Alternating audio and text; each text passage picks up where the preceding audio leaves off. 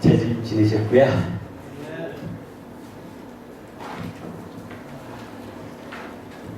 지난주에 이제 업에 대한 이야기를 시작만 했죠.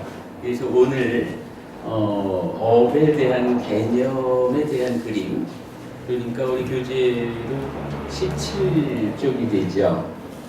17쪽에 있는 자, 그냥 그렇게 그냥 뭐 하셔도 될 것 같습니다. 같이 보시고 다음에 저는 복사해서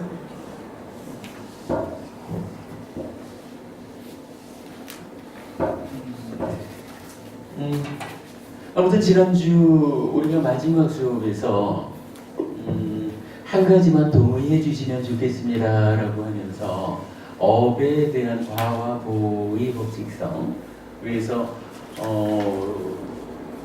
착한 일을 하면 행복이 결과되고 악한 일을 하면 괴로움이 결과된다라는 그 한 가지 사실에 대해서는 동의해 주셔야 부처님 공부를 우리가 함께 할 수 있습니다라는 이야기로 시작을 했고요.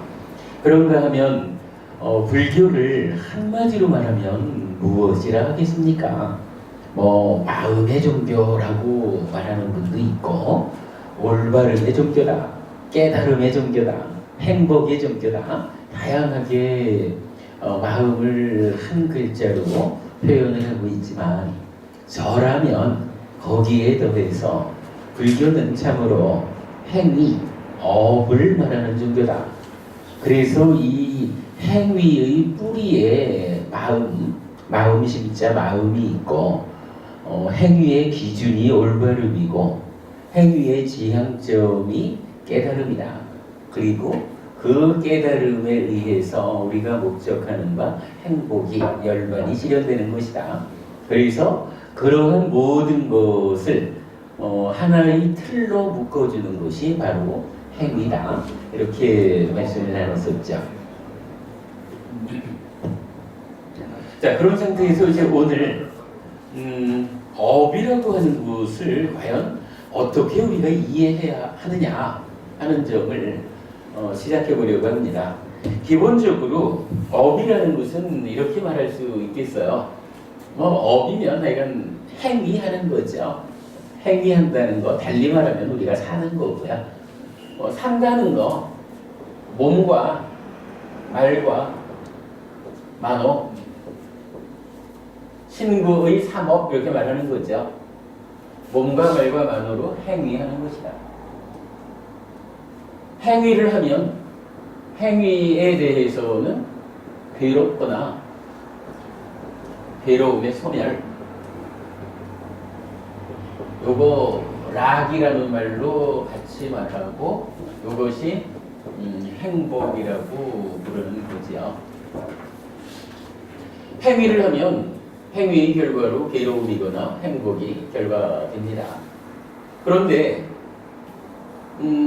업을 이렇게 표면에 드러난 이야기만 가지고 이러한 것이 행위다, 이러한 것이 업이다 라고 말해도 좋을 것인지, 아니면 이러한 몸과 말과 만호의 행위의 내면에, 행위의 이면에 무언가 행위의 원인이랄까, 조건이랄까, 또는 좀 조심스러운 말이긴 하지만 주체라고 할 수 있는 그러한 것이 있을까라는 부분이죠.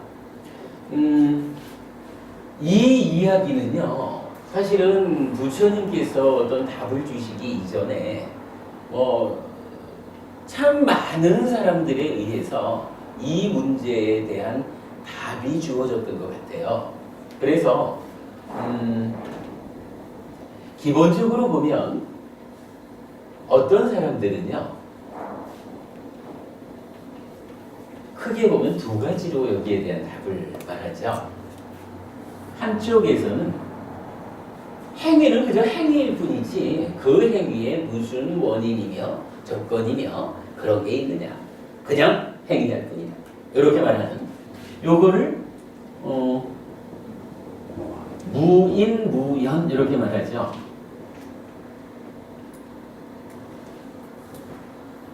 행위는 행위일 뿐이지 여기에 어떠한 원인이랄까 조건이랄까 하는 것을 말할 것이 없다. 그런 거 없다. 이렇게 말하는 거죠.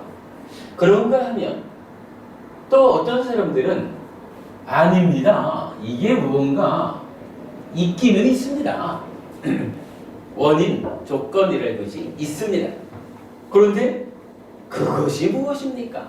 라고 하면 이제 다시 대표적으로 두 가지를 말하는 거예요. 우리가 지난주에 잠깐 짚어본 거지만 전생의 업이라고 하는 게 나오죠.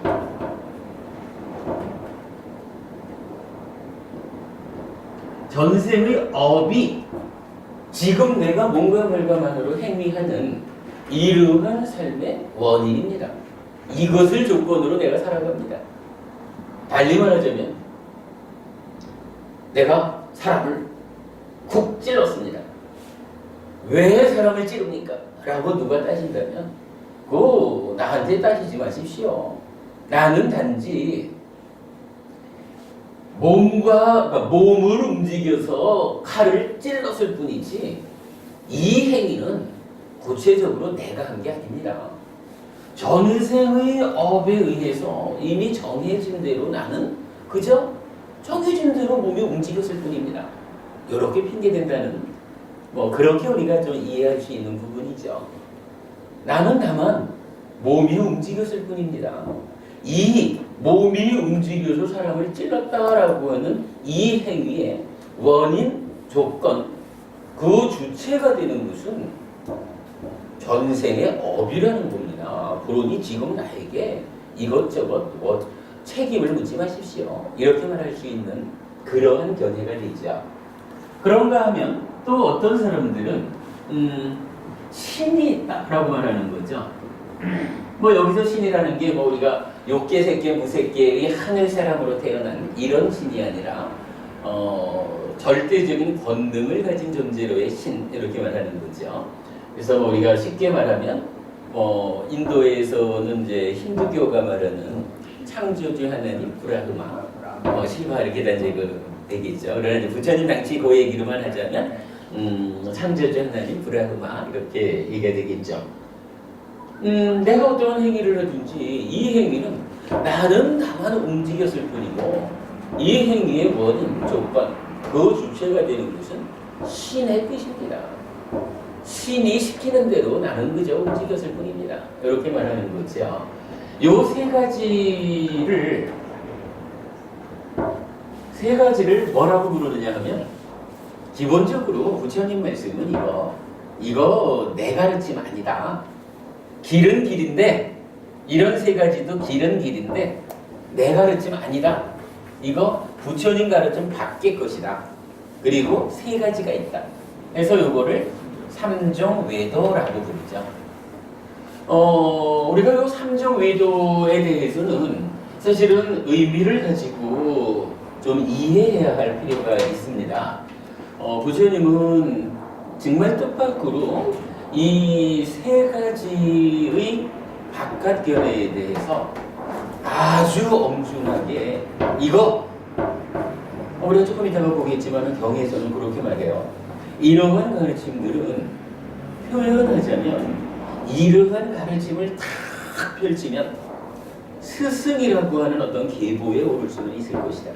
그러나 참으로 어떠한 행위든지 전생의 업이 원인이 되어서 지어지는 그러한 행위는 실제로 존재하지 않는다.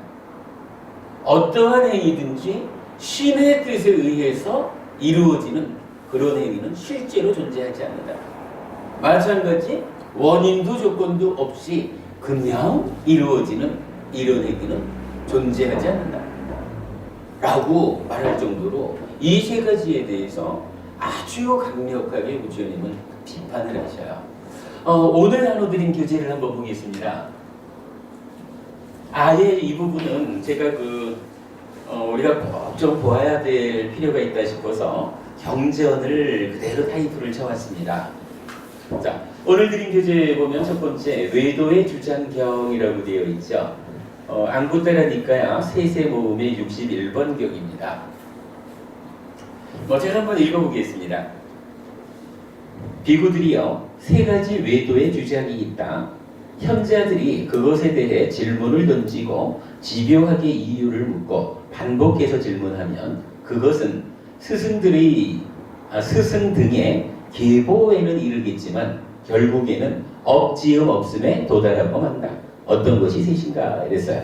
그러니까 방금 제가 드린 그 말씀이 있죠. 이러한 가르침도 뭐 누구든지 앞에서 이러한 것이 삶이다 라고 말할 때 그거를 따라오는 사람이 있으면 따라오면서 스승님 이렇게 받쳐주는 사람이 있으면 스승의 계보에 오르는 거예요. 그러나 현실적으로 그렇게 생겨나는 행위가 있느냐라는 것은 다르다는 거죠. 요거 달리 말하면은요, 말로는 가능하다는 거예요. 말로는 전생의 업이 원인이 돼서 그러는 거야. 그리고 숙명 이렇게 말하는 거죠. 예, 숙명론 이렇게 말하죠. 요것도 신의 뜻이 그런 것이요. 그러니 신에게 잘 의지해. 뭐 노래 말하는 것도 말로는 가능하다는 겁니다. 그러나 현실적으로 신의 뜻에 의해서 내가 움직여지는 거 아니라는 거죠. 원인 조건 없다라는 것도 말로는 가능하지만 현실적으로 그렇게 지어지는 행위는 없다. 이렇게 단정 지어지는 거죠. 비구들이요, 어떤 사문 바라보는 이런 주장과 이런 견해를 가지고 있다. 사람이 즐거운 느낌이나 괴로운 느낌이나 괴롭지도 즐겁지도 않은 느낌을 경험하는 것은 모두 전생의 행위에 기인한 것이다. 비구들이여, 어떤 사문 바라보는 이런 주장과 이런 견해를 가지고 있다. 사람이 즐거운 느낌이나 괴로운 느낌이나 괴롭지도 즐겁지도 않은 느낌을 경험하는 것은 모두 신이 창조했기 때문이다. 비구들이여, 어떤 사문 바라보는 이런 주장과 이런 견해를 가지고 있다. 사람이 즐거운 느낌이나 괴로운 느낌이나 괴롭지도 즐겁지도 않은 느낌을 경험하는 것은 모두 원인도 없고 조건도 없다. 자, 여기까지를 놓고 보면 일단은 이런 걸 하나 볼 수가 있죠. 기본적으로는 느낌이 있다는 거예요. 느낌이 어떻게 나타나냐 하면 즐겁다, 괴롭다, 괴롭지도 즐겁지도 않다. 그런데 이러한 느낌이 어떻게 생겨납니까? 어떻게 해서 이런 느낌이 있습니까? 라는 것을 설명하는데 사람들에 따라서, 스승들에 따라서 그 느낌이 일어나는 원인을 말하는 방법이 다르다는 거죠. 그리고 지금 요 삼종 외도, 요것이 바로 뭐냐 하면 이러한 느낌이 어떠한 방법으로 일어나는 것이냐, 그것을 설명하는 것이다. 이렇게 알려주고 있죠. 일단은 삼종 외도, 그러니까 세 가지 방법으로 느낌이 발생하는 것을 말하고 있다라는 걸 하나 보았고요. 자, 그 다음에 이어서 비구들이여, 나는 이 가운데서 사람이 즐거운 느낌이나 괴로운 느낌이나 괴롭지도 즐겁지도 않은 느낌을 경험하는 것은 모두 전생의 행위에 기인한 것이다 라는 이런 주장과 이런 견해를 가진 사문 바라문들에게 다가가서 물었다. 그대 존재들이 사람이 즐거운 느낌이나 괴로운 느낌이나 괴롭지도 즐겁지도 않은 느낌을 경험하는 것은 모두 전생의 행위에 기인한 것이다 라는 이런 주장과 이런 견해를 가진 것이 사실인가? 비구들이여, 내가 이와 같이 물었을 때 그들은 그렇습니다 라고 대답했다. 나는 그들에게 이렇게 말했다. 그렇다면 그대 존재들이 생명을 파괴하더라도 그것은 전생의 행위에 기인한 것일 테고, 주지 않은 것을 가지더라도 전생의 행위에 기인한 것일 테고, 삿된 음행을 하더라도 전생의 행위에 기인한 것일 테고, 거짓말을 하더라도 전생의 행위에 기인한 것일 테고, 헐뜯는 말을 하더라도 전생의 행위에 기인한 것일 테고, 욕설을 하더라도 전생의 행위에 기인한 것일 테고, 잡담을 하더라도 전생의 행위에 기인한 것일 테고, 탐욕스럽더라도 전생의 행위에 기인한 것일 테고 마음이 악의로 가득하더라도 전생의 행위에 기인한 것일 테고 삿된 견해를 가지더라도 전생의 행위에 기인한 것일 테다. 비구들이여 모든 것은 전생의 행위에 기인한다라고 진심으로 믿는 자들에게는 해야 할 것과 하지 말아야 할 것에 대해 하려는 열의와 노력과 하지 않으려는 열의와 노력이 없다. 해야 할 것과 하지 말아야 할 것에 대해 진실함과 확고함을 얻지 못하고 마음 챙김을 놓아버리고 6가지 감각 기능의 문을 보호하지 않고 머물기 때문에 그들은 자기들 스스로 정당하게 사문이라고 주장하지 못한다. 비고들이야. 이것이 그런 주장과 그런 견해를 가진 사문 바라문들에 대한 나의 첫 번째 정당한 논박이다. 이랬어요. 그러니까 이제 이런 말씀이죠. 부처님 일단 이렇게 세 가지로 느낌의 원인을 말하는 사람들이 있다. 그 중에 내가 우선은 전생의 업이 원인이다라고 말하는 사람들을 만나봤다. 그래서 그대들이 정말로 그렇게 생각합니까? 라고 물으니까 그 사람들은 그렇습니다라고 대답을 했다. 그래서 부처님은 이제 그렇게 말했다는 거예요. 만약에 전생의 업이 정말로 이러한 느낌들의 이유라면 하면서 부처님은 어떠한 상황을 말하냐면 방금 읽어본 바에 의하면 10가지의 업을 말하죠. 그러니까 우리가 보통 말하는 10악업, 10가지 악업을 쭉 나열하면서 이러한 행위를 했다 해도 이것이 누구의 책임이겠느냐? 이거 전생의 행위에 기인한 것이지 이거 내 책임 아니다 라고 말하는 게 된다. 이렇게 설명을 하죠. 그러면 이게 이렇게 이제 한번 저는 요거를 하나의 그 형태를 좀 보려고 하는 건데 처음에 도일부에서는 어떻게 말씀하셨냐면 이러한 세 가지의 견해가 행위의 원인이 요거다라고 하는 것을 느낌에 대한 이야기로 도입을 했는데 이제 각각의 사람들을 만나서 부처님이 그들을 비판하는 입장에서 보면 어떻게 말하느냐 하면 이렇게 말하죠. 10가지 악한 업을 짓는데 그대 말이 사실이라면 즉 전생의 업이 정말로 원인으로 작용하는 거라면 이러한 행위에 의해서 행위의 책임이 전생의 업에 있다. 그래가지고 느낌이 생겨난다. 그런데 이 느낌이 락고 요 얘기가 그대로 요렇게 연결되니까 요 이야기를 순서적으로 정리해보면 결국 몸과 말과 만으로 행위한다라고 하는 거 행위해서 괴로울 것이냐 행복할 것이냐라는 괴로움을 만든다는 거 요것에 대한 원인으로 이유로 세 가지 외도에 대해서 그것이 사실은 원인이 아니다 라고 부처님이 알려주는 거구나. 그러면 외도의 주장경에서는 요 세 가지 외도들의 주장이 사실이 아니다라는 것을 말하는 가운데 부처님은 이제 업이라고 하는 것이 어떠한 체계를 가지고 설명되느냐라는 것을 바로 몸과 말의 행위라고 하는 것의 결과로서의 느낌, 그죠?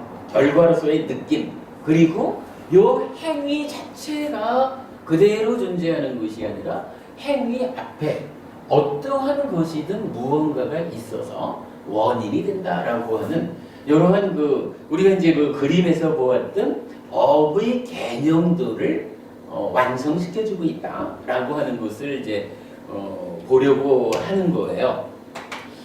자, 아무튼 이제 같은 이야기를 부처님께서는요, 지금은 이제 전생의 업이 원인이다, 조건이다라고 말하는 사람들을 만나서 따져보고는 틀렸어. 그거 가지고는 안 돼. 이렇게 말씀을 하셨다면, 이제 동일한 이야기를 신의 뜻이라거나 아무것도 그러니까 원인도 조건도 없다거나 이렇게 주장하는 나머지 두 부류들에게도 동일하게 적용을 해요. 뭐 원인도 조건도 없다라고 하는 사람들에게도 그렇다면 그들이 몸과 말과만으로 10가지의 악한 행위를 했다 해도 그것에 대해서 아무런 원인도 조건도 없다라고 말하는 것이 아니냐 이렇게 말함으로써 이제 부정을 하게 되는 거죠. 자, 그 이야기가 3페이지까지로 넘어가겠습니다. 동일한 이야기를 이제 세 가지 이야기로 반복을 하고 그러면서 3페이지에 오면 3페이지 이제 세 번째 단락이 됩니다. 비고들이여 이러한 세 가지 외도의 주장이 있다. 현자들이 그것에 대해 질문을 던지고 집요하게 이유를 묻고 반복해서 질문하면 그것은 스승들의 계보에는 이르겠지만 결국에는 없지음 없음에 도달하고 만다. 이렇게 이제 표현을 하셔요. 아무튼 우리가 이 세 가지 외도의 주장과 관련해서 정말로 이런 눈여겨보아야 될 것은 이러한 주장을 가지고도 스승이 될 수 있다. 존경받는 사람이 될 수 있다라는 것은 우리 사회에서 실제로 일어나는 현상이다. 그러나 사실이라는 것을 놓고 보면 이러한 방법에 의해서 행위가 실제로 이루어지지는 않는다. 그렇게 말하는 거죠. 그렇다면 이제 우리가 뭐 이렇게 아닌 것만 이야기하고 넘어갈 수는 없겠죠. 뭐 이 경우에 이제 부처님은 뭐 제가 이제 늘 드리는 말씀이지만 부처님은 이것은 틀렸어 라고 말씀하시면 틀렸다라는 것으로 마무리를 짓지는 않지요. 그것이 틀렸다면 올바른 것은 무엇이냐 사실은 무엇이냐라는 것을 반드시 알려주시죠. 부처님은 이제 이렇게 말씀을 하셔요. 마음이라는 것이 있다. 요 마모도 따지면 마음이죠. 의라고 하는 마음이죠. 근데 요 심이라고 하는 요 마음, 요거는 이제 빨리어로 찌따라고 쓰죠. 찌따라고 하는 마음이 있는데 요것이 원인 또는 조건, 좀 조심스러운 표현이지만 주체가 되어서 몸과 말과 만으로 행위를 하고 그 결과로 괴로움이거나 행복을 만드는 이러한 것이 업이다.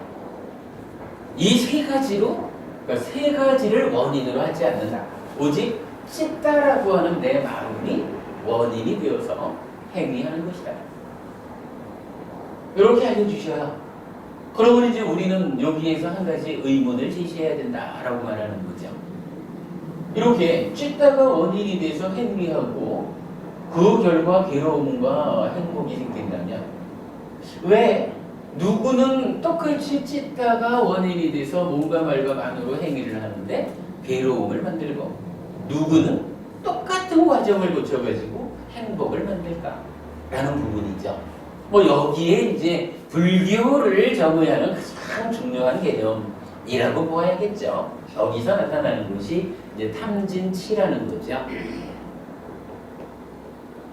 그래서 욕심과 성냄과 어리석음이라는 요 세 가지 오염원, 마음을 오염하는 것에 찢다가 오염이 되면 오염된 찢다가 몸과 말과 만으로 오염된 행위를 해서 괴로움을 만든다. 그러나 어떠한 방법에 의해서든 요 탐진치가 제어되면 이제 탐진치로부터 벗어난 탐진치로부터 독립한 탐진치로부터 보호된 한마디로 청정한 찢다가 몸과 말과 만으로 청정한 행위를 해서 행복을 만든다. 이렇게 이제 그 업이라고 하는 것이 기본적으로 개념을 말하게 되는 거죠. 저는 그래서 요 그림을 그려놓고 요것이 업의 개념인데 업이라고 하는 것이 무엇이냐 하면 우리가 불교를 한마디로 말하면 무엇입니까? 행위입니다. 이렇게 말할 수 있는 거니까 결국은 업의 개념이라고 하는 이것이 바로 불교의 중심이다. 이렇게 이제 표현하고 있는 거죠. 단순한 하나의 그림입니다만은 여기에서는 사실은 굉장히 중요하고 많은 이야기를 포함합니다. 실질적으로 요 삼종 외도라고 하는 거, 요 삼종 외도가 부처님 가르침이 아니라 바깥길이다. 그리고 요거는 말로는 얼마든지 할 수 있지만 실질적으로 요것에 의해서 행위가 이루어져서 결과를 가져오는 그런 것은 없다라고 하는 부분은 정말로 불자로서 우리가 기준 삼아야 되는, 놓쳐서는 안 되는 이야기다. 실제로 그렇죠. 많은 사람들이, 우리가 이제 지난주에도 그런 이야기를 좀 해봤지만, 많은 사람들이 살아가는 가운데에 어떠한 어려움이 있으면 그 어려움을 나의 찢다가 탐심치에 오염되어서 그러한 오염된 행위가 이러한 삶을 만들고 있구나. 어떻게 내가 요 마음의 오염 상태를 제어해가지고 행위를 청정하게 함으로써 괴로움을 소멸시킬까? 요렇게 접근하지를 잘 못하죠. 그냥 아이고 내가 전생에 무슨 업장을 지었길래 이래가지고 좀 영하다는 집 찾아가가지고 어떻게 좀 제사를 지내면 되나요? 이렇게 풀려고 하기 마련이 있죠. 그러나 우리가 요 단순한 그림 하나를 명확히 할 수 있다면 사실은 안내가 가능하죠. 그런 것도 하나의 길입니다. 그러나 명확하게 알아야 합니다. 그것은 부처님의 길은 아닙니다. 부처님은 바깥길이다라고 설명해 주셨습니다. 그리고 그런 곳은 참으로 전생의 업에 의해서 이러하니 제사를 지내든 무슨 방법을 써서 이 업의 작용을 바꾸어 보자라고 하는 시도는 말로서는 가능하지만 그렇게 현실적으로 실현되지는 않는 것입니다. 사실 요거 알려줘야 되는 거죠. 또한 마찬가지죠.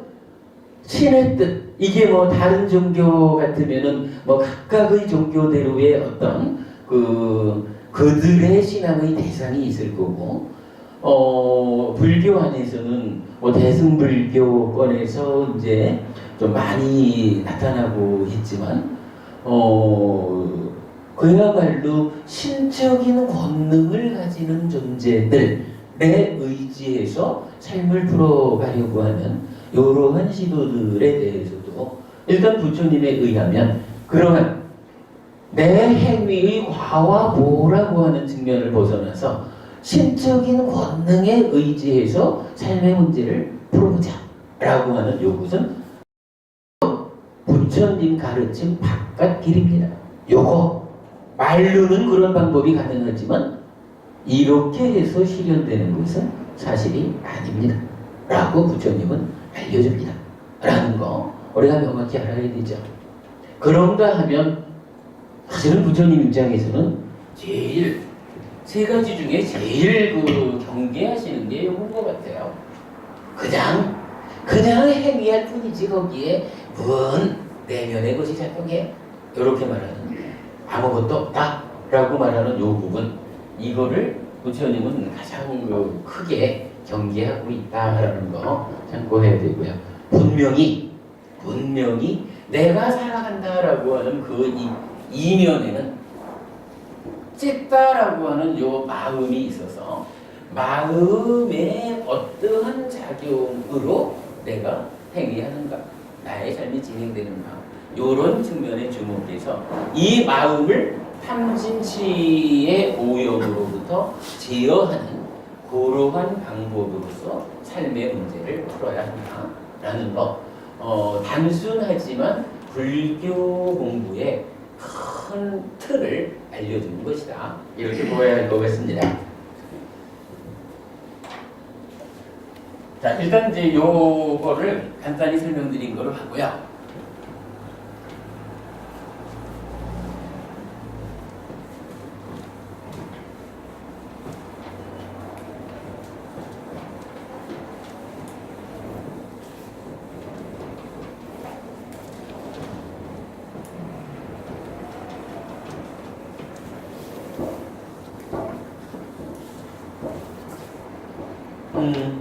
다시 오늘 나눠드린 요 외도의 주장경으로 좀 돌아와서 한 가지 공부를 좀 더 해보겠습니다. 자, 지금 외도의 주장경은 이렇게 말하는 거거든요. 세 가지로 주장하는 사람들이 있는데 그 주장들은 다 사실이 아니다. 그래서 내가 그 사람들을 만나가지고 따져봤다. 당신들이 정말로 이렇게 생각하느냐? 그렇습니다.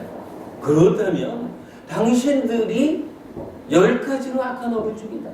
다른 생명을 죽이더라도 주지 않는 것을 훔치더라도 이러한 것들이 다 그것이 원인일 테다 라고 비판을 했다. 그거 사실 아니다. 이렇게 이제 따지자면 부처님이 지금까지는 세 가지의 바깥길에 대해서 비판만을 하셨거든요. 그렇다면 말씀드린 거지만 부처님이 요거는 틀린 것이야 라고 틀렸다라고만 말하고 끝내는 분은 아니라는 거죠. 그러면 부처님은 이 경전에서 세 가지의 바깥길이 잘못이라면 어떠한 것이 느낌을, 즉 즐겁다거나 괴롭다거나 괴롭지도 즐겁지도 않다라고 하는 이러한 느낌의 원인이 되며 그 사이에 행위가 들어가서 10가지로 착한 업을 하든 10가지로 악한 업을 하든 이러한 행위를 통해서 고와 고멸을 결과맺는 이러한 것에 원인이 되느냐 조건이 되느냐 라고 하는 부분을 어떻게 설명하고 있을까 라는 부분을 이제부터 좀 보려고 합니다. 자, 경전에서는 이어서 이렇게 말합니다. 비구들이여, 요것은 어딘지 아시겠나요? 오늘 드린 자료 3페이지, 3페이지 네 번째 단락입니다. 비구들이여, 내가 설한 법은 현명한 사문 바라문들에게 논파당할 수 없고 오염될 수 없고 비난받지 않고 책망받지 않는다. 비구들이여, 그러한 현명한 사문 바라문들에게 논박당할 수 없고 오염될 수 없고 비난받지 않고 책망받지 않는 내가 설한 법은 어떤 것인가? 자, 그 얘기죠. 세 개는 다 틀렸는데 나는 이렇게 사실을 말하고 있다. 비구들이여, 이러한 6가지의 요소가 있다라고 내가 설한 이 법은 현명한 사문 바라문들에게 논박당할 수 없고 오염될 수 없고 비난받지 않고 책망받지 않는다. 비구들이여, 이러한 6가지 감각 접촉의 장소 촉처가 있다라고 내가 설한 이 법은 현명한 사문 바라문들에게 논박당할 수 없고 오염될 수 없고 비난받지 않고 책망받지 않는다.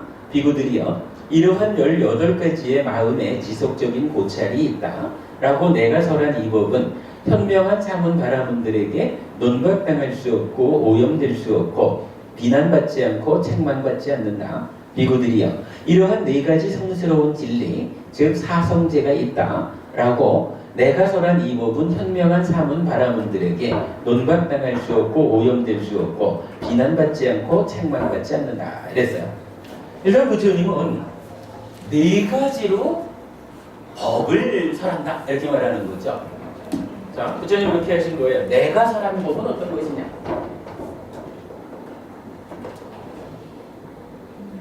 그래서 첫째로는 6가지 요소라고 하는데 이거를 6개라고 말하거든요. 6가지 요소가 있다라고 했어요. 그리고 두 번째로는 6가지 촉처 이거인데 요거 6촉처라고 말하는 거거든요.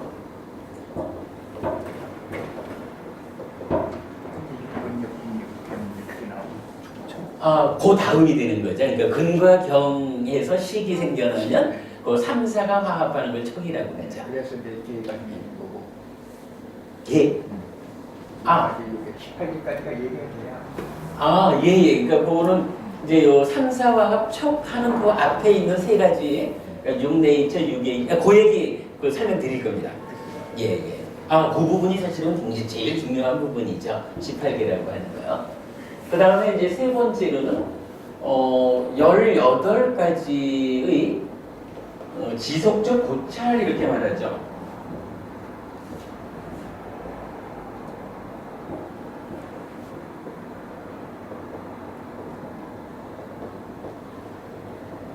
그리고 네 번째로 이제 사성제. 부처님은 경전에서 다양하게 법을 설하는데 요거 이제 외도의 주장경이라는 이 경전에서는 그냥 단순히 부처님의 법을 설하는 게 아니라 대표적으로 세 가지의 바깥길이 있다라고 해서 나하고 비교되는 외도들에 대해서 일러주고 그 세 가지가 잘못된 것이다 라고 한다면 이제 사실은 무엇냐 라는 부분을 내가 설한 법이라고 이제 제시를 하는데 거기에서 이 네 가지를 설명하고 있다는 네 가지를 제시한다는 거예요. 그래서 이 네 가지를 우리가 좀 이해하면 부처님은 외도들과는 다르게 우리의 삶을 즉 이러한 것을 원인으로 이러한 행위를 하면 이렇게 괴롭거나 행복하거나 느낌이 만들어진다라고 설명하고 있구나 라는 이야기가 되겠죠. 자, 그 이야기를 이제 좀 보려고 합니다.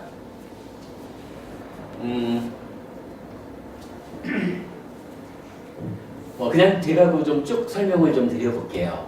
첫 번째로 육계라고 하는 것이 있어요. 육계라고 하는 것은요, 지, 수, 화, 풍, 공, 식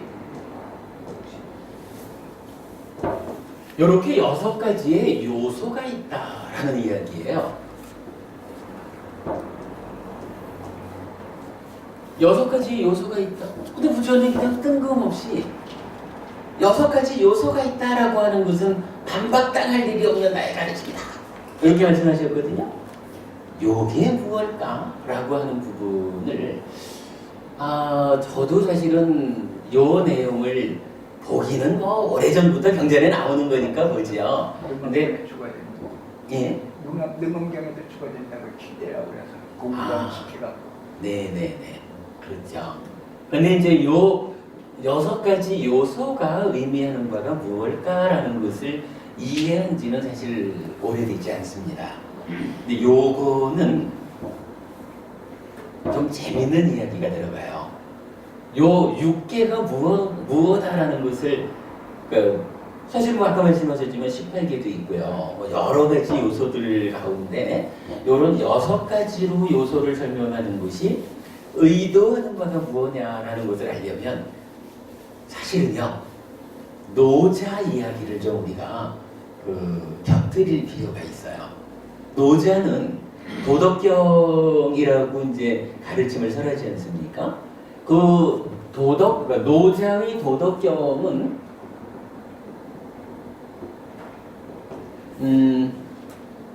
불교에서는 요 사성제라는 게 진리잖아요. 근데 노자의 입장에서의 진리, 달리 말하면 세상의 이치 이런 거겠죠. 요 노자에게서는 이게 유무상생이라는 말로 나타나더라고요. 제가 잘은 모르고 그냥 이건 연관된 공부 때문에 조금 알아본 바로 하면 요거요. 유와 무가 서로를 요거 태어나게 한다라는 말이 아니라 살게 해준다 이런 말로 설명을 하더라고요. 예. 유라는 것과 무라고 하는 것이 있어가지고 요 두 가지가 서로를 살게 해준대요. 그러니까 표현하자면 유라고 하는 것이 혼자 독립적으로 존재하지는 못한다. 무라고 하는 것이 받쳐줘야 산다. 존재하게 된다. 의미를 갖는다. 이런 의미인 것 같고요. 무라고 하는 것도 마찬가지. 혼자서는 존재하지 못한다. 유라고 하는 것이 받쳐줘야 그 가운데 의미를 가지고 존재한다. 이런 의미인 것 같아요. 도덕경에서는 이렇게 말을 하더라고요. 무라는 것이 무엇냐 하면 이름하기를 명자, 이름 명자잖아요. 여기 무명 이래가지고 이름 없음 여기 아니고 무라는 것은 이름하기를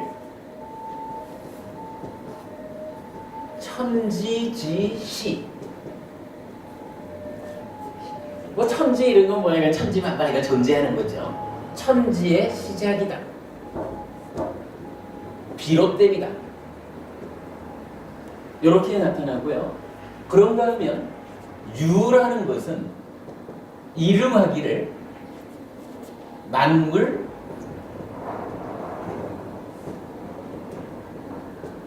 지 모라고 나타나더라고요. 요 모라고 하는 말이 어미모잖아요. 요 어미모자면 낳는다라는 의미가 그게 아니라 하더라고요. 이게 왜 우리가 생각하면은 어미는 낳는 역할일 것 같은데 보통 보면은 우리 그렇게 말하잖아요. 부모 이러면서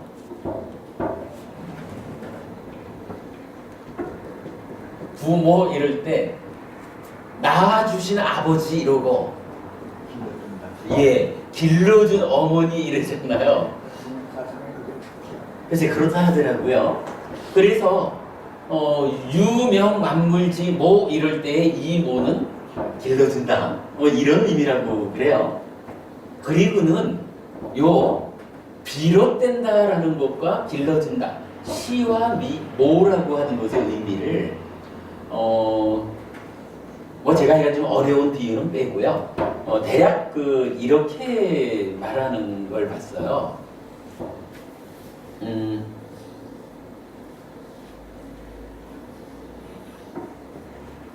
뭐 이제 밥을 먹으면 위가 있잖아요. 위가 있고 이제 이렇게 창자로 연결되어 있잖아요. 이 위라고 하는 요거는요. 기본적으로 위장이 있잖아요. 위장이라고 하는 따지자면은 그러니까 살로 이루어진 살과 근육과 이렇게 이루어진 위가 있잖아요.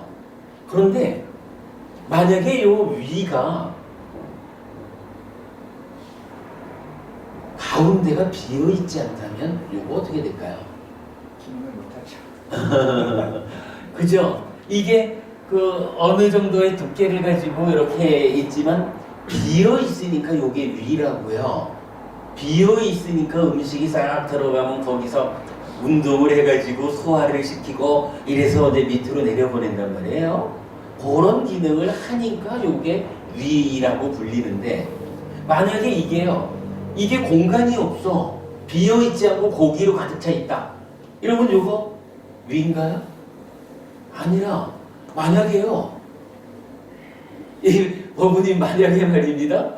뭐 지금은 법부님 뱃속에 요런 위가 있겠죠.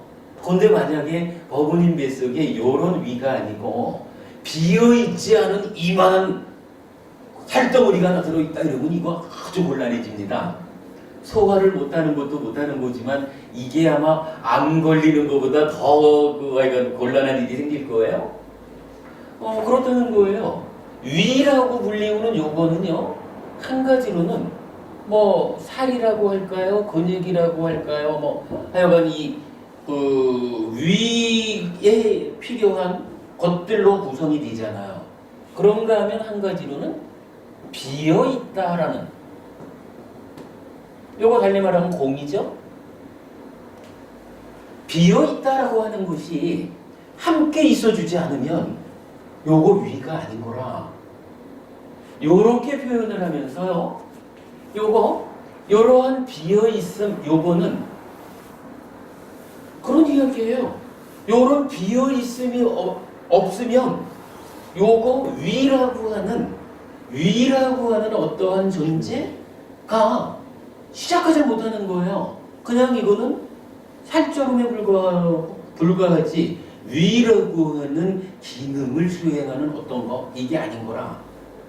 그러니까 이 비어있다라고 하는 것은 위라고 하는 것에게 기능을 부여해요.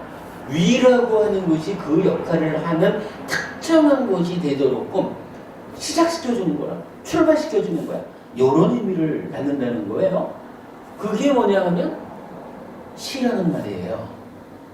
그런가 하면 이제 이 살이고 근육이고 뭐 실제로 위를 구성하는 위를 만드는 요거는 그야말로 비어 있기 때문이기도 하지만 이 자체가 위를 구성해 주지 않으면 위라는 게 있을 수가 없는 거죠. 그거를 뭐라고 표현을 해가지고 요러한 의미를 가지고 무라고 하는 것을 정의하는 거예요. 표현하자면 비어 있음처럼 자기 스스로는 비어 있다라고 하는 건 자기 스스로는 존재하는 게 아니잖아요, 사실은. 그냥 아무런 존재하는 것이 아니면서도 위라고 하는 것을 위이게끔, 그죠? 위이게끔 위로서 기능하게끔 해주잖아요. 그런 개념을 무라고 말했다는 거고, 그런가 하면 유라고 하는 것은 이렇게 실질적으로 위 해가지고 자체를 구성하는, 그러니까 따지자면은 뭐 만물 이렇게 있으면은 물질적으로 실질적으로 존재하는 것, 요렇게 이제 의미를 주더라고요. 그래가지고는 요러한 무하고 요러한 유 두 개가, 유와 무가 서로를 살게 해준다라는 말을 표현하면서 노자께서는 이것이 세상의 이치다, 이렇게 표현을 했다는 거예요. 유와 무가 서로를 살게 해준다. 그럼 요 얘기는요, 달리 말하면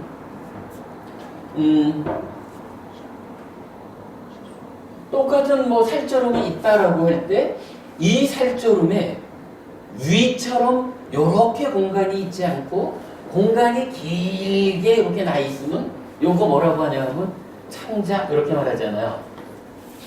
우리가 이거 뭐 대충 예를 들자면, 그러면 이게 유와 무가 서로 살게 해준다라고 하는 것은요, 무라고 하는 이 공간 자기 자체로서는 사실은 존재하는 것이 아니지만, 존재성이 없지만 요 스스로 존재하지 않는 가운데 남을 존재하게 해주는 이러한 것이 어떤 식으로 지금 형성되어 있느냐? 동그랗게 위에 특징 지어지는 이런 공간이면 위를 만들어주고, 길게 이렇게 뚫려 있는 공간이면 창자를 만들어주고, 뭐 이렇게 무라고 하는 것은 자체적으로는 아무 의미도 없지만 유라고 하는 것을 결정지어져요. 즉 공간이 어떠하냐에 따라서 창자도 되고 위도 되고. 그런가 하면 또 역으로 이 공간이라고 하는 것은 사실은 공간이 자기가 먼저 내가 이런 상태의 공간으로 있겠어 요리하는 건 아니잖아요. 요 살이고 근육이고 뭐 이런 물질적인 것이 요렇게 생겨주니까 위의 형태로 동그랗게 생겨주니까 그 안에 있는 공간은 동그란 공간, 위를 채우는 공간이 돼주는 거예요.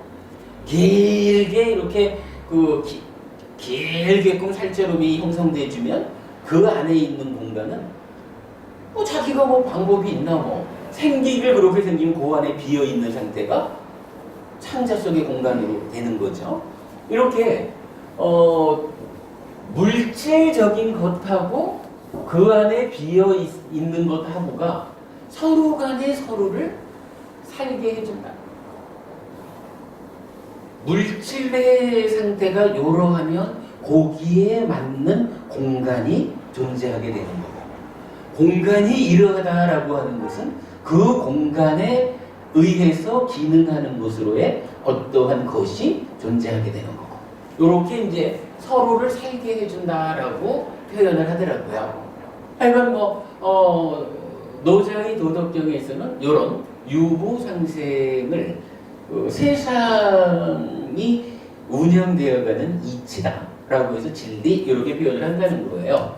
자, 이제 요거를 뭐 대략적으로 이게 사실 뭐 제가 뭐 불교 공부하는 사람이 노자를 알겠어요. 그냥 뭐 어떤 그 강의하는 데서 보니까 이렇게 유무상생을 설명을 해줘서 아, 이것이 불교와 어떠한 연결관계를 볼 수 있겠구나 라는 측면에서 이제 소개를 좀 한 거고요.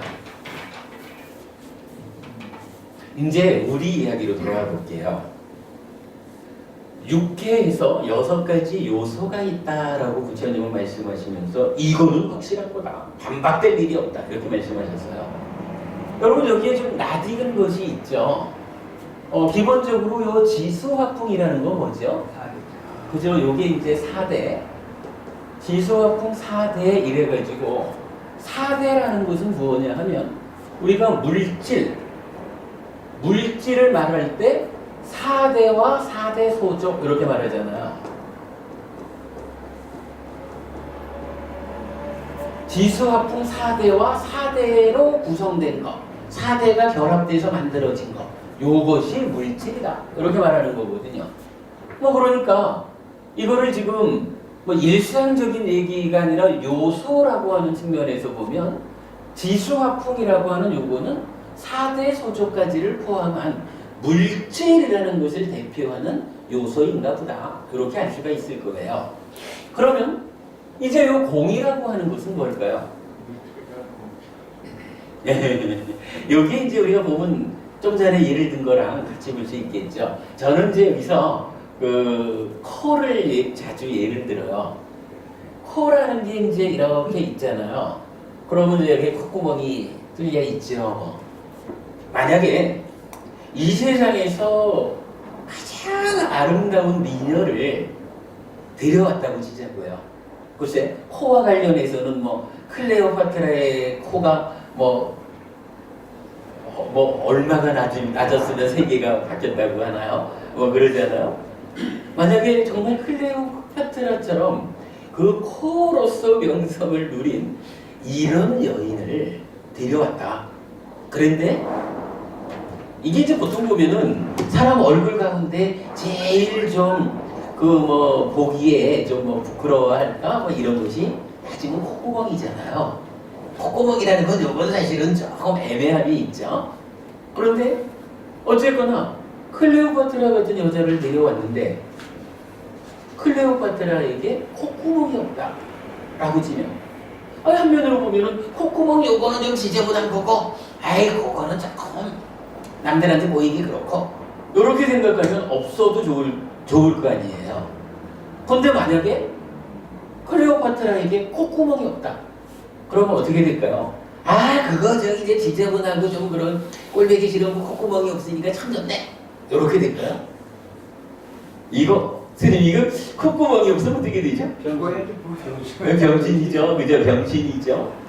그 얘기 병신이라는 이야기가 뭐냐면 코가 없는 병신이 되는 거예요. 이게 무슨 얘기냐면 콧구멍이 없으면 아무리 멋지게 살을 빚어가지고 얼굴 중심에 딱 갖다 붙였다 해도 이게 이제 코가 아니라 코가 아니면 뭐가 되는 거죠?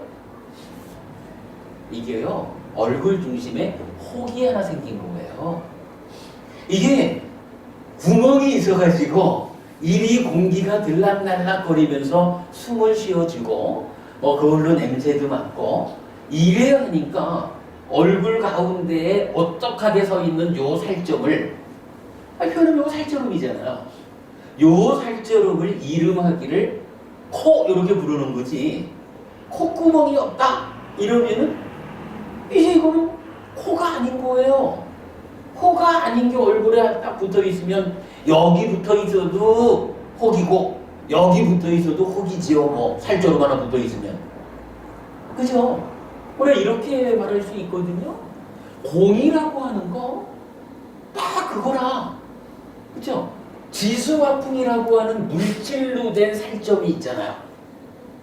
그죠? 물질로 된 살점이 있는데 요 살점 중간에 구멍이라고 하는 공간이 요 공간이 있어줘야 표현하자면 공간 자체로서는 아무런 존재성을 가지지 않지만 여기에서 공간이 존재해 주니까 이제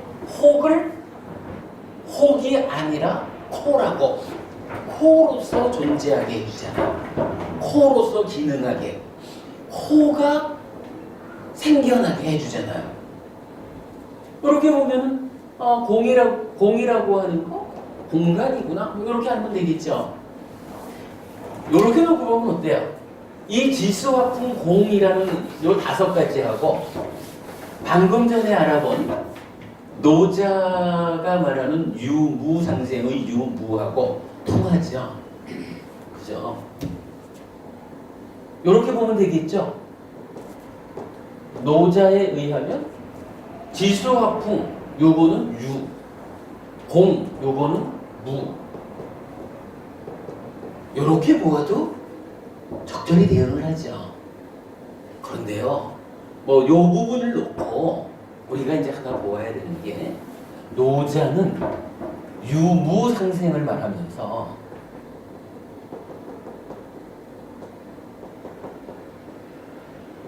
이것이 세상의 이치다라고 말하는 거거든요. 요것으로서 아까도 말했지만은 무라고 하는 것은 천지의 비롯됨이고 유라고 하는 것은 만물을 길러내는 것이거든요. 달리 말하면 온통 세상이라고 하는 것을 유와 무라고 하는 2가지로서 설명을 하는 거예요. 요거요. 뭐 그 정도 얘기를 듣고 이제 결론적으로 말하면 존재하는 모든 것은 다 유라는 것과 무라고 하는 것에 서로 살게 한, 달리 말하면 요거 서로 조건된 이런 이야기죠. 유무가 서로 조건되는 가운데 존재하는 것이다 라고 존재를 설명하는 거예요. 이게 지금 요거 이렇게 이해할 수 있겠죠. 존재하는 모든 것은 다 유라는 것과 무라는 것이 서로 어떠한 관계 가운데에 있느냐에 따라서 생겨나는 것이다. 뭐 이거 그런 의미예요. 그러면 이제 여기에서 이제 우리가 한 가지 좀 의문을 가져야 되는 게, 아니 그럼 노자식으로 말하면 존재를 오직 유와 무의 결합에 의해서 유와 무의 관계에 의해서 생겨나는 것이다 라고 말한다면 여기서 유라고 하는 거 물질이었단 말이죠. 같은 거죠.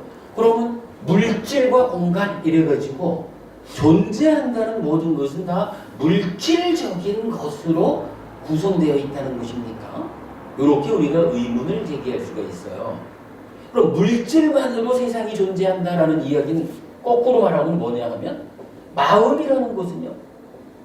그러면 노자께서는 세상에는 온통 물질적인 관계에 의해서 생겨나는 물질적인 것만 있지 마음이라는 것은 없다는 얘기냐? 노자는 우리가 살아가면서 몸뚱아리로만 살고 마음은 없다라고 말했다는 거냐? 이런 의문을 하나 제기할 수가 있는 거예요. 그걸 놓고 보면 이런 게 이제 보여요. 아까 우리가 업의 개념을 말하면서 몸과 말과 만호 이 행위에 의해서 고와 락이 고멸 그랬잖아요. 그런데 사실은 요거 뭐예요? 요 만호라는 요것도 의라고 하는 마음이잖아요.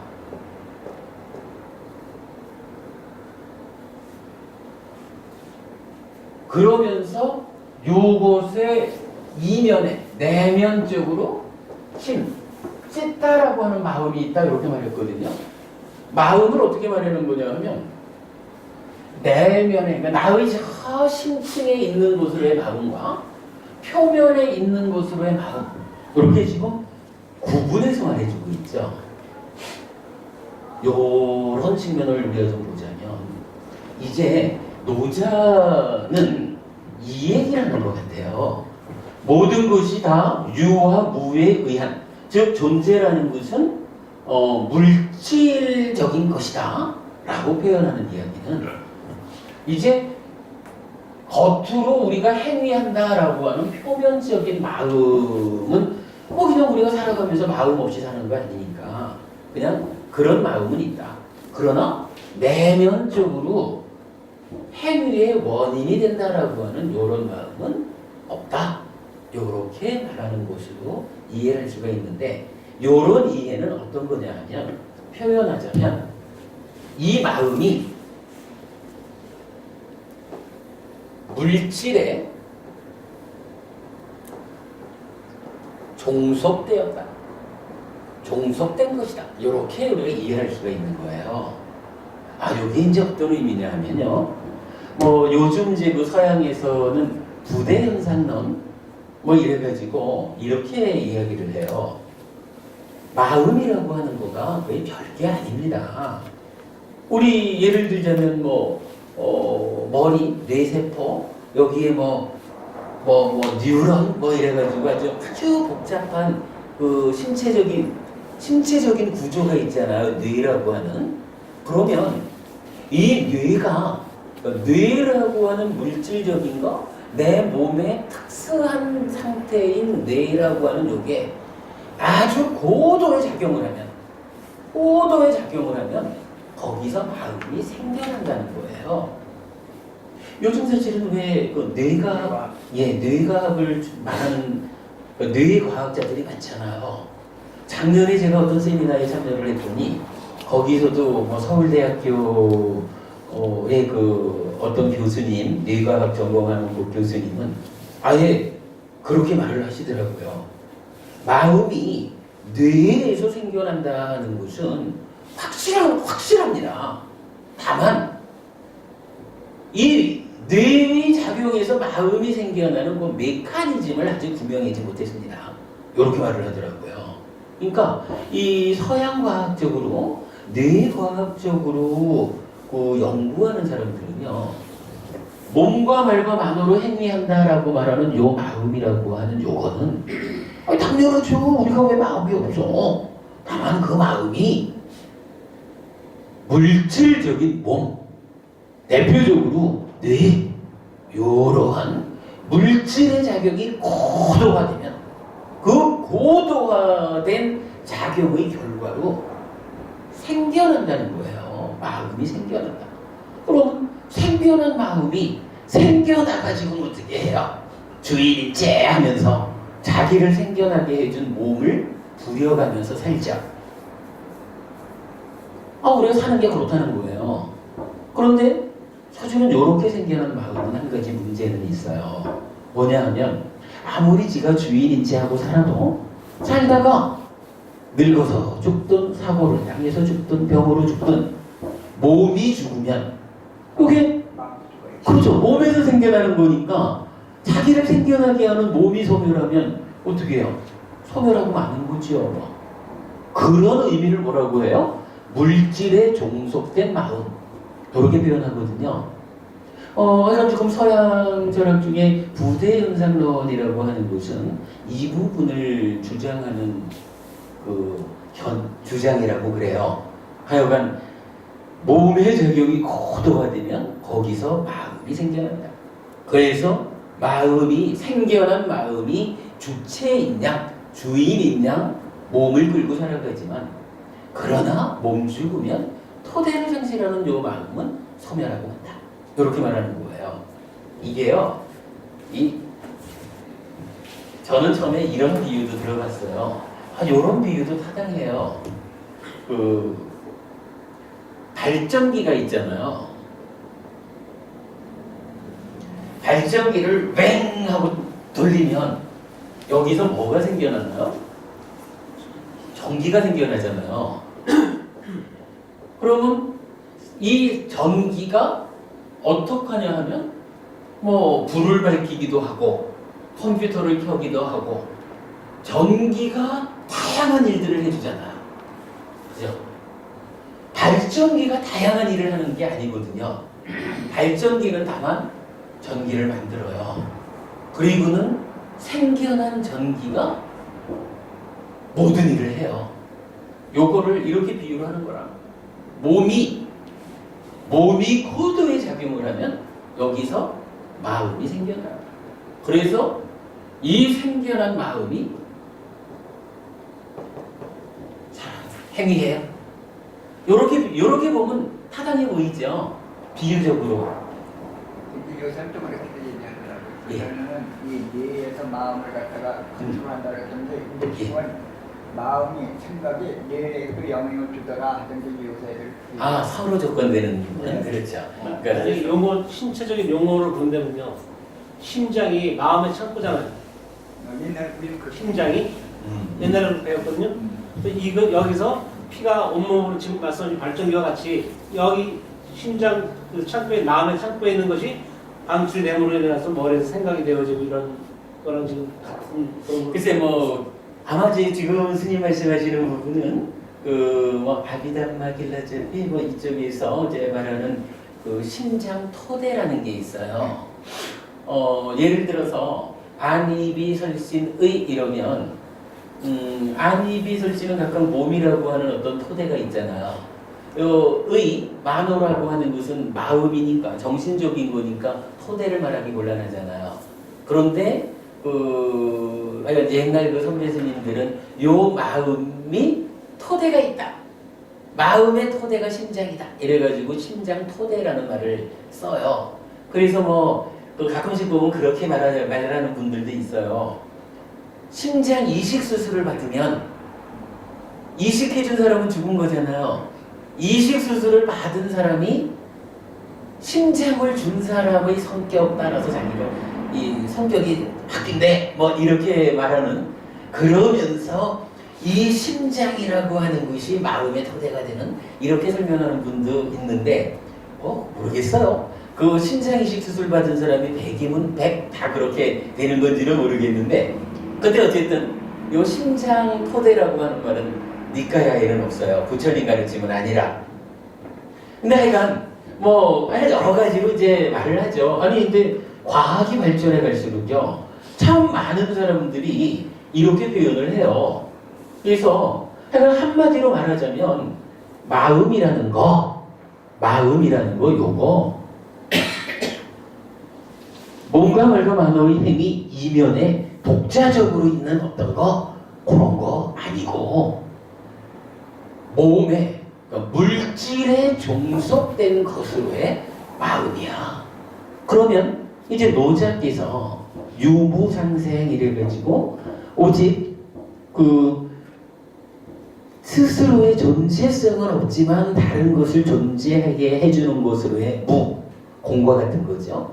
그리고 물질적인 존재 해가지고 유무, 요 두 가지가 존재를 설명하는 것이다 라고 할 때 그러면 사람한테 마음이 없나요? 이럴 때 마음이 있지. 다만 그 마음이라는 게 물질에 종속된 거, 물질의 작용이 고도화되면 거기서 생겨나는 거, 요렇게 설명해주고 있다는 거예요.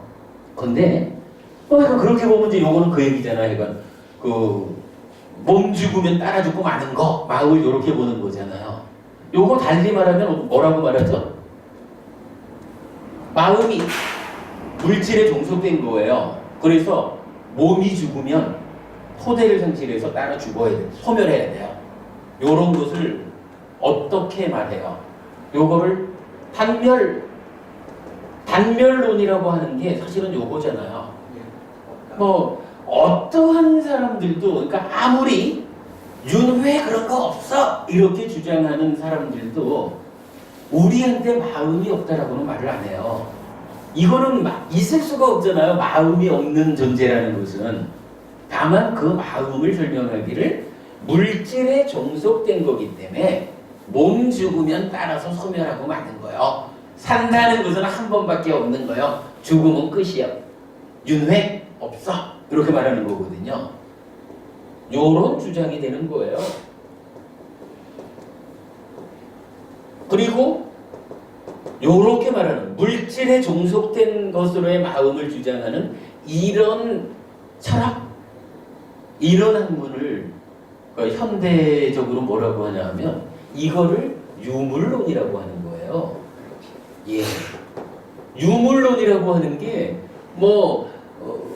막스 레닌 이래가지고 공산주의를 세운 어떤 이론으로 볼 게 아니라 마음이라고 하는 거 물질에 종속된 거다.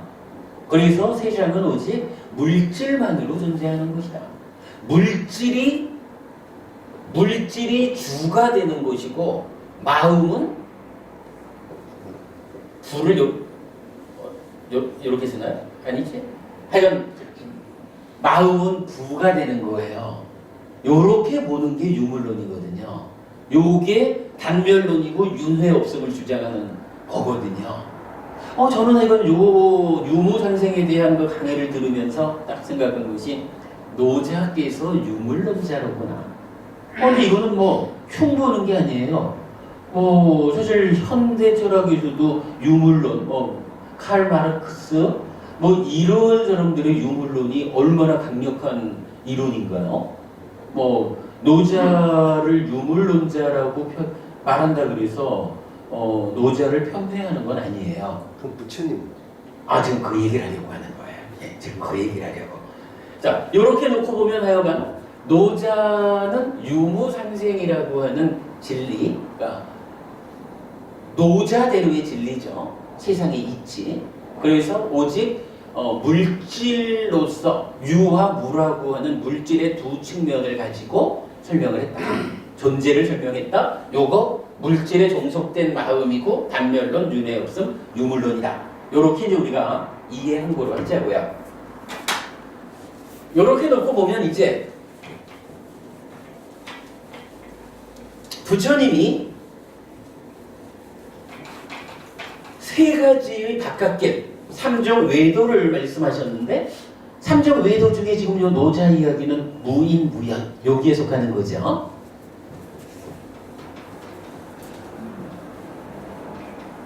이제 부처님은 삼종 외도 다 틀렸다라고 말씀하시면서 내가 설한 법의 첫 번째로 뭘 얘기하냐 하면 육계를 말하고 있어요. 그래서 육계가 지수화풍 공식이라.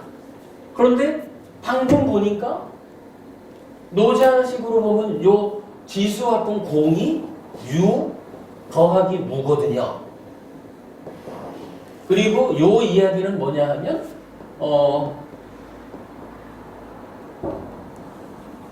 마음을 어떻게 정의하는 거냐 하면 마음은 물질에 종속된 것. 이렇게 본 거죠. 사실은 저는 요거 한 가지 결론을 만들어내기 위해서 잘 모르는 노자 이야기를 해본 거거든요. 지금 유물론에서 단멸론에서 마음을 없다라고 하지 않는 거예요. 마음이 있죠, 당연히. 마음 없이 어떻게 살아가겠어요. 그런데 그 마음이 물질에 종속된 것, 이렇게 말해주고 있는 거거든요. 그런데 이제 부처님은 노자의 유무에 해당하는 것을 지수화풍과 공이라고 하는 요 5가지로 대응을 시키고 있죠. 그런데 부처님이 말하는 6가지 요소에는 한 가지가 남아있잖아요. 뭐가 남았나요? 식이라고 하는 요 마음이 남아있어요. 그러면 이 마음은 뭘까? 표현하자면 이거니까 노자식으로 보면 오직 물질의 두 측면으로의 유와 무만 얘기하다 보니까 현실적으로 우리 삶을 이끌어가는 그 마음은 어떻게 설명해야 돼요? 물질에 종속된 마음, 이렇게 말할 수밖에 없잖아요.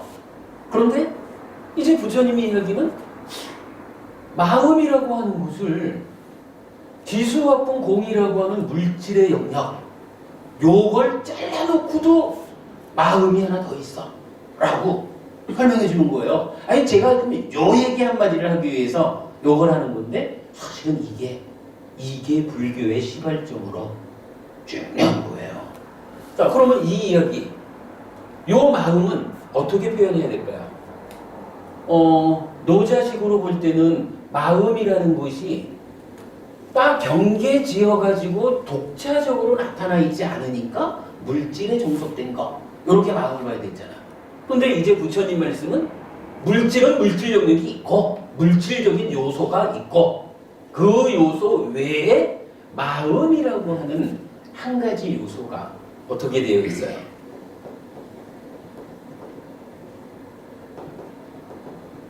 물질과는 다른 거? 이렇게 표현을 해도 되겠죠?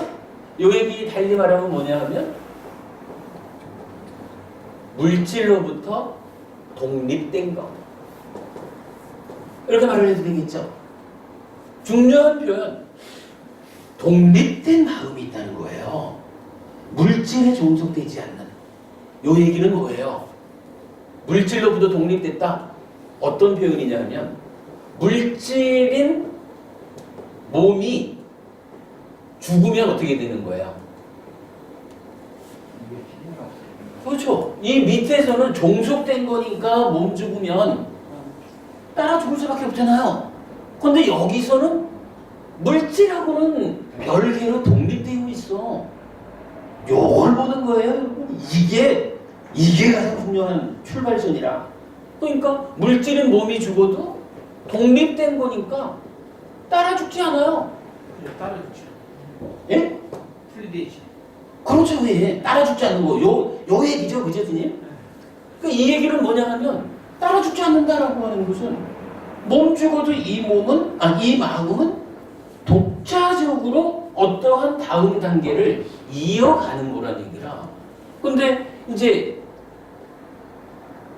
이어가는데 어떻게 이어가느냐라고 하면 이제 부처님이 설명하는 바에 의하면 연기, 즉 변화하는 가운데에 윤회하는 거죠. 이렇게 표현하는 거잖아요. 이제 물론 이제 요 연기, 변화라는 말을 우리가 괄호를 치고라도 표시하지 않으면 우리 저기 힌두교 이쪽에서도 윤회를 말하잖아요. 근데 그쪽의 윤회는 어떤 윤회냐 하면 아트만이라고 하는 신의 분신이 있어가지고 요 본질적인 거, 창조주 하나님 브라흐마의 분신이니까 요건 본질적인 거, 본래 있는 거, 고정불변의 실제 이래 되잖아요. 근데 부처님 말씀은 불교는 무와 빼고라면 성립을 못하죠. 그런 아트만 없어 이런 거니까 물질은 몸이 죽어도 따라 죽지 않고 이어가는, 즉 윤회를 하기는 하는데 어떤 형태로 윤회를 하느냐? 연기한다, 조건 따라 변한다, 변화하는 가운데 윤회한다, 그렇게 말하는 거예요. 그러니까 단멸론, 유물론, 단멸론, 윤회업선 이쪽하고는 다르면서도 윤회하는 데서도 아트만 본질적인 마음이 본질적인 알갱이로서의 이것이 윤회해 하는 것도 아니고 조건에 의해서 달라지는, 변하는, 연기하는 마음으로의 윤회, 이렇게 설명해 주는 거예요. 일단 요거 부처님께서 삼종 외도를 다 비판하시는 가운데 나의 가르침이란 무엇이냐? 라고 하면서 첫마디로 육계가 있다. 지수, 화풍, 공식이라는 6가지 요소가 있다. 라고 말씀하신 요거를 사실은 스님 저도 있잖아요. 지난 봄까지도 이 부분을 사실은 이해하지 못했어요. 그러니까 경전에서는 요 육계라고 하는 이야기가 많이 나타나요. 네. 예, 그런데 육계가 진짜 18계하고는 어떻게 다른 건지 이런 부분 사실 이해하지 못했었어요. 그러다가 저는 묘하게 정말 지난 봄에 이제 EBS 인문학 특강에서 서강대학교의 최진석 교수님의 그 강의가 있었어요. 예. 그 강의를 보는 가운데 저는 그 강의가 아무래도 불교가 중국에 전래되면서 노자의 용어를 많이 빌려서 썼으니까요. 그런 관계 때문에 좀 이렇게 주목해서 보다가 정말 뜻밖의 유무라고 하는 것이 설명되는 데서 육계라는 거, 부처님이 알려주는 육계라는 이 요소가 바로 유무에 대응하는 지수화풍 공, 물질적인 것과 그것으로부터 독립된 것으로의 마음을 알려주는 거구나. 그러니 독립된 마음이 있다라고 하는 이것에 의해서 몸 따라 죽지 않는, 몸 죽는다고 해서 따라 죽지 못하는 요 마음이라는 것이 있어서 나의 삶은 요 마음에 의한 윤회라는 과정을 밟아야 되는구나. 이렇게 저는 그때 이 내용을 좀 이해하게 됐어요. 그래서 요즘으로는 제가 볼 때 이 육계로서 부처님이 이건 뭐 육계에서 다른 걸 말한 게 아니구나. 바로 아까 유무 이걸로서 존재를 설명했다 하듯이 부처님은 육계로서 존재를 설명한다. 이 존재는 물질과 물질로부터 독립된 것으로의 마음, 요렇게 존재를 설명하는 것이구나 라는 요거를 이해하게 됐거든요. 근데 요거 한 가지를 이해하니까 이게 뭐냐 하면 기본적으로 부처님은 우리 삶을 어떻게 보셨느냐, 요거예요. 물질로부터 독립된 마음이 있어서 몸 따라 죽지 않는 그거. 그래서 우리는 윤회하는 삶을 산다. 예, 요 결론을 이끌어내는 게 요 육계라고 하는 이 가르침이 주는 의미예요. 그래서 아무튼 우리가 요렇게 하나를 기억하시자고요. 요소라고 하는 말은 다양하게 나타나고 있지만 그 중에 부처님이 지수화풍공식이라고 하는 6가지 요소를 말씀하신 거, 요것은 참으로 존재를, 이 존재가 어떻게 구성되느냐, 지수화풍이라고 하는 노자식으로 표현하면 유라고 표현하는 물질적인 것, 거기에 노자식으로는 무라고 말하는 공이라고 해서 비어있음, 자기 자체로서는 아무런 존재성을 갖지 않지만 그러나 그 자체로서 지수화풍이라는 물질을 규정해주는, 그죠? 그러한 지수화풍 공이라는 물질 영역의 5가지 요소, 거기에서 독립된 것으로의 마음, 요렇게 핵심적으로는 하여간 물질로부터 독립된 것으로의 마음을 부처님은 세상이라는 것은 요렇게 되어 있어. 물질만으로 있는 게 아니라 물질에서 독립된 것으로의 마음이 있어. 그거 어떻게 말해야 되느냐? 요거죠. 몸과 말과 만호. 요것도 마음이지만 요거는 물질에 종속된 마음이라고 보자면, 그래서 요걸 하기가 조금 표현은 좀 애매하죠. 조심스럽지만 어쨌든 그 이면에 쨌다라고 해서 원인이 되는 마음이 물질로부터 독립된 것으로 존재한다. 요 부분을 이제 말하는 거죠. 자, 첫 시간은 어려운 이야기를 좀 끌어봤습니다만은, 근데 뭐 이 이야기는 우리가 요 6개 한 가지를 이해하는 건 참 중요하죠, 스님. 들어야 하는 말이야. 잠깐 쉬었다 하겠습니다. 감사합니다. 스님, 공간은 뭡니까? 공간, 지수화풍 공간이 뭡니까? 그러니까 이제 요 공간이 뭐냐 하면 코가 있는데 콧구멍이 없으면 그냥 살처럼이고 요거 혹이라 그랬잖아요. 혹이 되잖아요. 근데 콧구멍이 있으면 콧구멍 안에는 요 비어 있잖아요. 요 비어 있음이 공간이죠. 어렵게 생각하지 말아요. 지금 우리 어디 앉아 있어? 이 법당이라고 하는 공간에 있는 거죠. 우리가 있을 수 있나? 비어 있습니다. 이게 우리가 있지만은 현재 비어 있잖아요. 비어 있지만 또 우리가 있잖아요. 이게 공이라는 게 아니라 이 공이라는 그게 스님, 그러면 스님이 저희들한테 지혜를 주시잖아요. 지금 가정이나 지혜를 주시고 지식을 주시잖아요. 그럼 지식과 지혜도 물질입니까? 지식과 지혜가 물질이냐? 지수화풍이 물질인 것 같으면 스님이 저희들한테 일어나는 마음으로 지혜와 지식을 주시잖아요. 공부를 한다든지 하면 그것이 물질이냐 아니면 마음이냐, 뭐 어때 물질인가 아닌가, 그게 좀 궁금해지고. 그 부분은 물질적인 것에서 그 분별하는 과정이 있고 분별 과정의 결과로 알미 생겨나죠. 근데 요때의 알미라는 것은 물질적인 것에 대한 알미긴 하지만 요거는 물질적인 건 아니죠. 비물질 이렇게 봐야 되죠. 그러니까 그것이 물질에서 벗어난 거예요. 지혜라는 거기에서 말하는 우리 뭐 근데 이렇게 보셔야 돼요. 지금 여기서 말하는 요 지수화풍 공식 요거는 요소라는 말로 표현을 하잖아요.